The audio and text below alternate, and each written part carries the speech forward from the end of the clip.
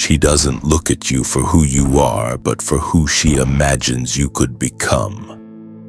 You feel it in her eyes, don't you, that glimmer of hope, or is it hunger? You think you're being seen, but you're not. You're being measured, evaluated, scanned like a blank canvas waiting for her to paint her masterpiece, but you're not the masterpiece you never were. And Carl Jung warned you not with comforting words or self-love mantras. He warned you with the raw precision of a man who spent his life staring into the abyss of the human soul. He mapped the unconscious, that hidden territory operating beneath your decisions, desires, and relationships. And within that map, he discovered something unsettling about women. He discovered that many don't fall in love with you. They fall in love with what you represent in their inner world. It's not love, it's projection, a mental theater where you're simply the actor chosen to play a role she's been scripting since adolescence. And the most terrifying part, she doesn't even know she's doing it. She'll swear she loves you, but what she loves is the character, not the man, the promise, not your reality. Jung named that force the animus, the inner masculine image that lives in a woman's unconscious, and when that animus is immature or unintegrated, it turns tyrannical. It doesn't seek love, it seeks control. It doesn't want to understand you, it wants to shape you. It makes many women reject the real man and chase the ideal ghost, fall in love with the unreachable and destroy the available, demand perfection, and then despise obedience, and you confused. You fall because no one taught you the difference between being desired and being truly known. You confuse being chosen with being understood. You give yourself away thinking you're special, but you were just another face in her private movie. And when you no longer fit the script, she doesn't rewrite the story, she replaces the actor. That's simple, that brutal, but it doesn't end there, because it's not just about being discarded, it's about what happens inside you when you realize you were never loved for who you are, but for how well you played a role. That's the wound, not the rejection, but the revelation that everything you gave was to sustain a fantasy. And when that illusion collapses, you don't just lose the woman, you lose yourself. Jung knew most men never fully recover from that because they've been conditioned since boyhood to seek external validation, to measure themselves through someone else's desire, to define their worth through a woman's eyes. You were taught that being chosen is the goal, that if a woman loves you, then you must matter. But that's not self-worth, that's emotional dependency dressed as romance. And in that pursuit you adapt, you lower your voice, you adjust your choices, you abandon parts of yourself that don't fit what you think she wants. You call it love, you call it compromise. But Jung had another name: self-betrayal. Every time you bend to be accepted, every time you betray yourself to be liked, you strengthen the invisible prison where your identity is negotiable. She doesn't have to force you. You mold yourself voluntarily, and the cruelest irony is that the more you do it, the less attractive you become. Because as Jung pointed out, the feminine instinct doesn't respond to servitude or submission. It's not ignited by a "yes, dear." It's awakened by mystery, by solid presence, by a man who doesn't seek approval because he's already chosen himself.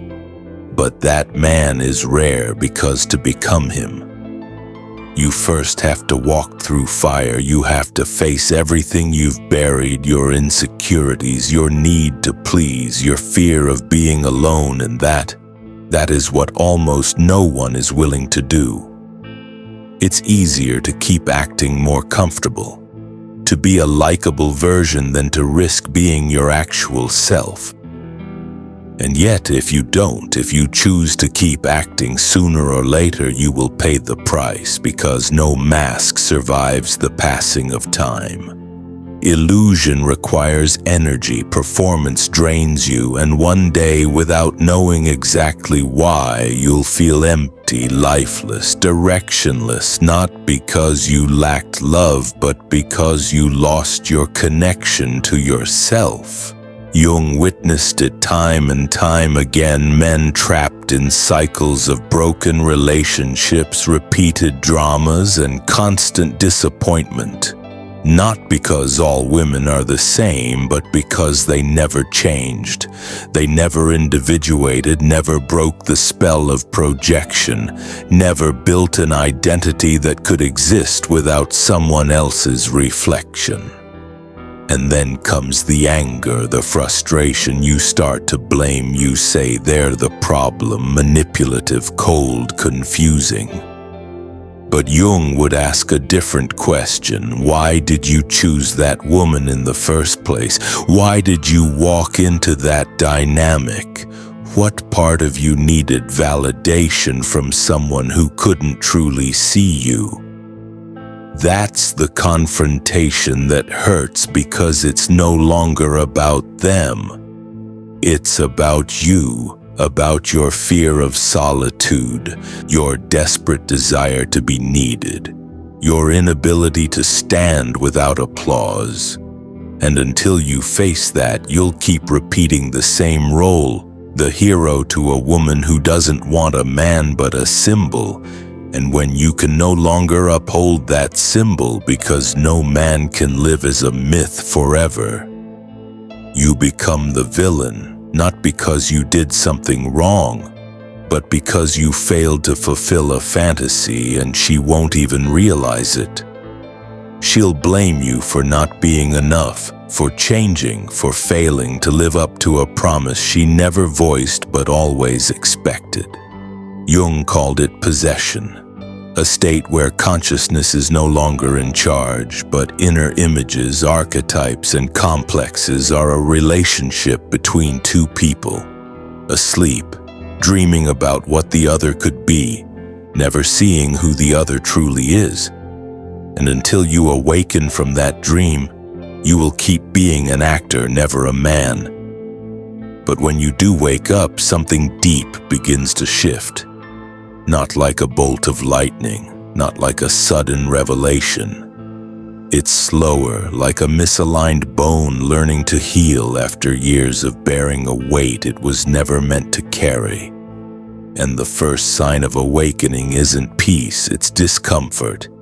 You start to feel out of place, misaligned, and others notice it too. They sense that something in you no longer bends. You stop justifying, you stop explaining, you no longer seek to be understood, only to be real. And in a world addicted to validation that makes you a threat, Jung warned the individuated man, the one who has faced his shadow, is not welcome because he is no longer predictable. And predictability is what keeps society comfortable when you no longer fit the mold. They don't see you as free. They see you as problematic, as distant, as too much. But what's really happening is simple. You can't be controlled anymore, and that doesn't hurt you.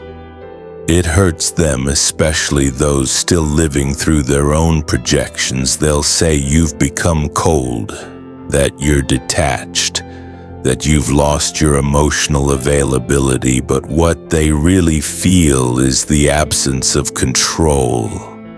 They can't mold you anymore. You've stepped off the stage, you've stopped reading the script, and without the script, they don't know what to do with you, because now you're not a character, you're a human being. And here comes the cruel reversal.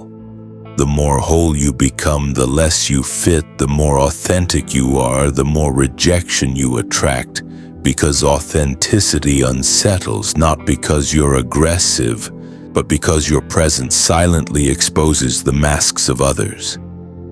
And no one wants to look in the mirror without a filter. No one wants to remember they're acting too. So yes, they'll accuse you. They'll ice. Late, you'll walk alone. But for the first time, it won't be a punishment, it'll be a choice. Because now you know that losing a role is not losing your soul, it's reclaiming it. And only in that reclamation can something entirely different be born. Because once you become whole, you no longer seek women to fill a void. You no longer hand them your soul, hoping they'll carry it for you. You carry it yourself. And that changes everything, because from that place you no longer attract those who want to shape you. You attract those who have already shaped themselves, and then she appears, not a goddess, not a savior, not an admirer. A real woman with scars, with history, with truth, a woman who has also faced her shadow, who no longer projects, who isn't looking for a hero or a mask. She doesn't want you to complete her. She doesn't want to rescue you or be rescued. She simply wants to walk beside you. No roles, no scripts, no illusions. And that meeting, that collision of two awakened consciousnesses doesn't spark fireworks. It births silence, presence, a deep grounded stillness. There is no hysteria, no dependency, no desperation, only choice. Love without chains.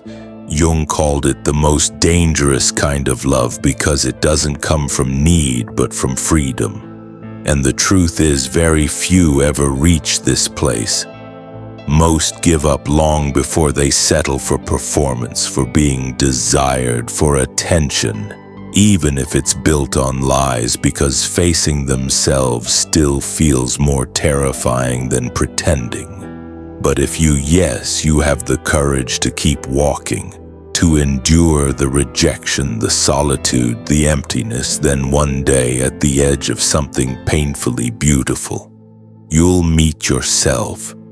And on that day, women will no longer be the mirror you look into to feel like a man. They will no longer be mothers, muses, or judges.